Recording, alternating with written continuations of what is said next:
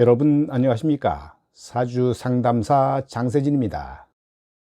사주학을 좀 접하신 학인이라면 요식업에 잘 맞는 십신이 식신상관이라는 것쯤은 다 아시리라 믿습니다. 그렇다면 식신상관이 없거나 약하거나 아니면 다른 십신이 강하다면 요식업을 못하는 걸까요? 사주학에서는 아니다 또는 못하다라는 극단적인 용어는 되도록이면 사용하지 않는 것이 좋습니다. 왜냐하면 우리가 하는 일에는 이빨이 없으면 잇몸이 하는 일도 있지만 사주학은 점학이 아니기 때문입니다. 요식업도 마찬가지인데요. 식신상관이 없거나 약하면 요식업을 하되 요식업 형태를 조금만 바꾸면 되지 않을까요? 오늘의 영상은 십신별 요식업 형태를 알아볼 텐데요. 즉 식상이 없거나 약한 경우에 요식업 형태에 대해서 살펴보겠습니다. 원래 요식업을 잘하려면 식신과 상관이 필요한 것은 기본인데요. 그러나 세상살이가 꼭 하나의 방법만 있는 것은 아닙니다. 그래서 식상만 요식업을 하는 것이 아니라 때로는 관성도 요식업을 하기도 하고 인성도 요식업을 하기도 하고 재성도 비겁도 요식업을 하게 됩니다. 먼저 식상의 요식업은 가장 일반적인 조건이죠.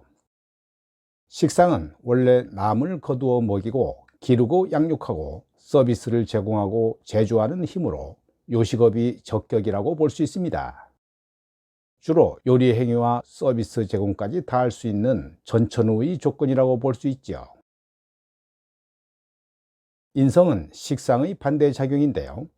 그래서 원래는 요식업과 잘 맞지 않습니다. 인성의 요식업은 요리 행위와 서비스 행위를 최소화한 요식업인데요. 예를 들어 음식을 만드는 기술이나 레시피 개발 기술만 가지고 있어서 그것을 가지고 요식업 창업자를 대상으로 컨설팅을 해주거나 아니면 반제품의 음식을 가져와서 단순하게 데워주는 일만 하는 형태가 됩니다. 또는 경치가 좋은 곳에 자리를 깔아놓고 자릿세만 받아먹는 형태의 요식업도 좋습니다. 관성도 식상과는 반대되는 기운이니까 원래는 요식업에는 좀 불리합니다. 그래도 활용한다면 관성은 잘난 체를 하는 것이고 자랑질을 하는 작용이니까 그 방면으로의 영업이 좋습니다.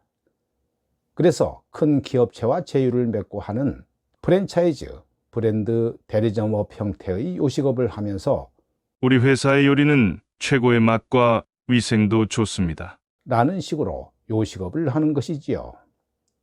아울러 멋진 간판을 내거는 것도 중요한 영업행위입니다.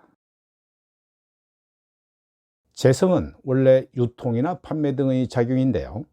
그런데 재성이 요식업을 한다고 하면 박리다매로 하는 요식업이 좋다고 봅니다. 요리 행위는 적게 하는 것이 좋은데요. 예를 들어 햄버거 가게를 한다면 패티는 중국에서 싸게 사오고 빵은 필리핀에서 싸게 사와서 햄버거를 한국에서 파는 형태와 같습니다. 대량으로 판매를 하니까 박리다매가 되는데요. 이런 형태로 요식업을 하는 것이 좋습니다. 비겁의 요식업은 장인정신이 깃든 요식업인데요. 식상이 없으니까 서비스가 그리 좋은 편은 아닙니다. 그래서 비겁은 곧 식상을 생하는 작용이므로 장인정신을 발휘하는 특수한 요식업이 되고요. 또 장사를 할 때에도 주변에 경쟁자가 많은 형태로 먹자 골목에서 요식업을 하는 형태가 됩니다. 위 사주가 만약 요식업을 하겠다 하면 사실 권장할 사항은 아니죠. 요식업보다는 차라리 의료계통이나 사회복지계통이 더 나을 수 있다고 보는데요.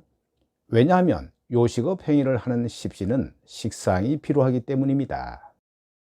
위 사주는 무식상에 관살이 혼잡되어 있는데요.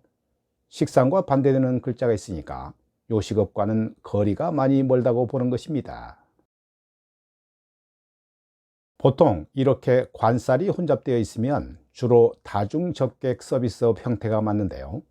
관살이 혼잡되어 있다는 것은 이놈 저놈이 나를 불러댄다는 뜻입니다. 관성은 나를 보고 이리 오너라. 그러면 나는 관성을 보고 네, 안녕하세요. 어서 오세요. 안녕히 가세요. 라고 응대를 해야 하는데요. 이것이 관살 혼잡 형태가 사업을 할 때의 모습입니다. 그리고 관성이 있다는 것은 관급 사업이나 큰 조직의 관리를 맡는 대리점이나 브랜드, 그리고 프랜차이즈 형태의 사업에 해당하는데요. 즉, 관살 혼잡이거나 무식상이라면 프랜차이즈나 대리점 형태로의 다중접객 서비스업은 가능하다는 것입니다. 구체적으로 들어가면 식상이 없으니까 음식 조리를 잘못하는 것입니다. 보통 요식업이라고 하면 내가 식자재를 사와서 양파도 썰어야 하고 무도 썰어야 하고 고기도 다지고 양념도 넣고 그런 후에 끓이거나 삶거나 튀기는 식으로 요식행위가 이루어지지만, 그런데 식상이 없다면 이런 것을 잘 못합니다. 그래서 요식업을 한다면 반제품을 사와서 단순하게 데워주고 끓여주는 형태가 되어야 하는데요. 이런 경우라면 식상이 없어도 어느 정도는 가능하다고 봅니다. 물론 정확하게 말하면 요식업은 나의 사주 적성에 맞지는 않더라도 부득이하게 먹고 살 길이 없는 경우에는 할 수도 있는 것입니다.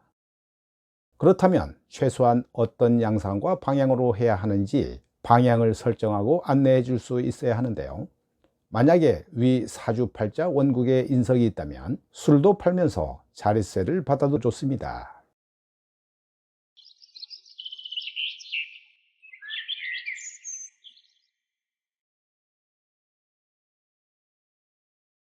이 명조의 주인공은 4월에 태어난 을유일주 여명으로 월지 사오와 유금 편관이 합을 하는데요. 시지 묘목비견과 일지 유금이 충을 하네요. 천간 기토 편제의 뿌리가 월지 사화에 있지만 대운 흐름이 불리합니다. 29 임신대운은 직장생활로 돈을 벌고요.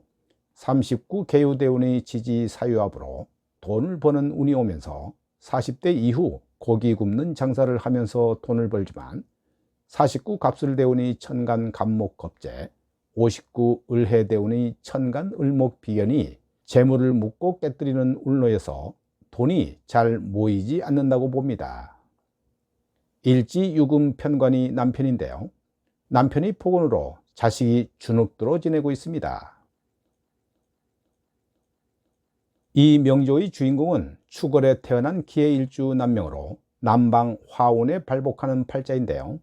월지 축토지장간에 있는 신금 식신을 활용해 재물을 일으킵니다.